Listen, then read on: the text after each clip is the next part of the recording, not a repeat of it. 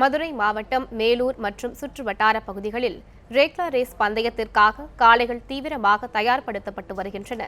தமிழர்களின் வீரத்தின் அடையாளங்களில் ஒன்றாக பார்க்கப்படும் ரேக்லா போட்டிகள் நடத்தப்படுவதன் மூலம் காளைகள் குறித்து விழிப்புணர்வு ஏற்படுவதுடன் விவசாயமும் அழியாமல் காப்பாற்ற முடியும் என காளை வளர்ப்பவர்கள் நம்பிக்கை தெரிவிக்கின்றனர். இது குறித்த செய்தி தொகுப்பினை இப்போது பார்க்கலாம். கடந்த ஆண்டு ஜல்லிக்கட்டு மற்றும் ரேக்லா ரேஸ் பந்தயங்கள் நடத்துவதற்கு உச்சநீதிமன்றம் தடை விதித்ததால் காளை வளர்ப்பாளர்கள் கவலையில் இருந்தனர். இதனால் வீர விளையாட்டான ஜல்லிக்கட்டு, மாட்டு வண்டி பந்தயம் உள்ளிட்டவை நடத்தப்படாமல் பொங்கல் பண்டிகை பொலிவிழந்து இருந்தது. தற்போது மத்திய அரசு இந்த பந்தயங்கள் நடத்த அனுமதி வழங்கியுள்ளதால் 1.5 வருடங்களுக்கு மேலாக பயிற்சி அளிக்காமல் இருந்த காளைகளை சுறுசுறுப்பாக தயார்படுத்தி வருகின்றனர் மாட்டின் உரிமையாளர்கள். இந்த ரேக்லா மாடுகளை நான் 1980 கிட்டத்தட்ட 15 வருடமாக 25-30 வருஷமாக இதை வச்சு பராமரித்து மாடு ஓட்டிக்கிட்டு இருக்கேன். தமிழ்நாட்டில் பல பகுதிகளில் போய் வெற்றி வகை செடி வந்துக்கிட்டு இருக்குது. அதுக்கு காரணம் என்ன அப்படின்னா, இதுகளுக்கு தகுந்த ஊட்டச்சத்து கொடுக்குறோம். பருத்தி விதை, கோதுமை, பச்சரிசி, பேரிச்சம்பழம்.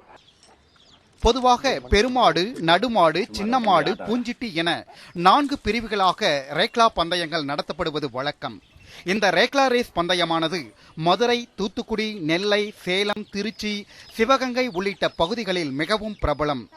ரேக்லா ரேஸ் ஓடும் காளைகளின் கால்களுக்கு வலுவூட்டும் வகையில் தினமும் 2 அல்லது 5 கிலோமீட்டர் தூரம் வரை லேசான ஓட்டப்பயிற்சி மற்றும் உழவு பயிற்சி, நீச்சல் பயிற்சிகள் தினம் அளிக்கப்படுவதாகவும், மாதம் 2 முறை கண்டிப்பாக லாடம் அடித்து காளைகளின் கால்கள் வலுவாக்கப்படுவதாகவும் கூறுகிறார் காளை உரிமையாளர் கோதண்டராமன். மாடுகளால் எங்களுக்கும், எங்கள் ஊருக்கும், எங்கள் மாவட்டத்துக்கும் பெருமை. இது மாதிரி பேருக்காண்டிதான் மாடு வச்சுருக்கோம், மாடை வளர்க்குறோம். இந்த மாடுகள் எங்கள் பிள்ளைகள் மாதிரி குடும்பத்தில் ஒரு உறுப்பினர். இதை நாங்கள் குடும்பத்தில் ரேஷன் கார்டில் ஏற்றலையே ஒழிய ரேஷன் கார்டில் ஏற்றாத உறுப்பினராக தான் நாங்கள் பாவிச்சுக்கிட்டு வர்றோம்.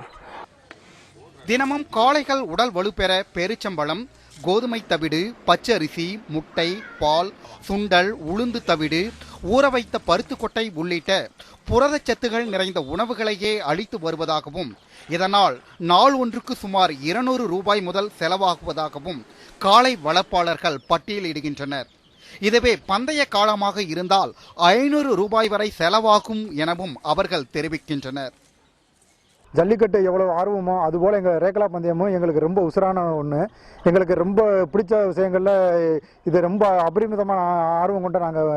இதனால் நாங்கள் மாடுகள் இப்போ இந்த அறிவிப்பு வந்ததுலேருந்து தடை அறிவிப்பு வந்ததுலேருந்து எங்களுக்கு ரொம்ப சந்தோஷமாக நாங்கள் மாடுகள் இப்போயே நாங்கள் தயார்படுத்த ஆரம்பிச்சிட்டோம்.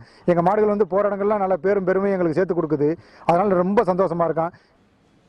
ரேக்லா ரேஸ் பந்தயங்கள் தமிழர்களின் வீரத்தின் அடையாளமாக விளங்குவதாகவும், பல்வேறு போட்டிகளில் தங்களின் காளைகள் வெற்றி பெற்றால் பெரும் மகிழ்ச்சி அடைவதாகவும் காளை உரிமையாளர்கள் பெருமிதம் தெரிவிக்கின்றனர். அதேவேளையில் காளைகளுக்கு ஒரு துன்பம் ஏற்பட்டால் தங்களது குடும்பத்தில் உள்ள உறுப்பினரை போல் பாவித்து அவற்றிற்கு சிகிச்சை அளிப்பதாகவும் காளை பந்தய ஆர்வலர்கள் கூறுகின்றனர். குடும்ப அட்டையில் மட்டும்தான் காளைகளை சேர்க்கவில்லை எனவும், மற்றபடி காளைகளை தங்களின் பிள்ளைகள் போலவே வளர்ப்பதாகவும் கூறி விலங்கின ஆர்வலர்களின் புகார்களுக்கு பதிலடி கொடுக்கின்றனர் காளைகளை வளர்ப்பவர்கள். மேலூர் செய்தியாளர் ரமேஷ், செய்தி பிரிவு நியூஸ் 7 தமிழ்.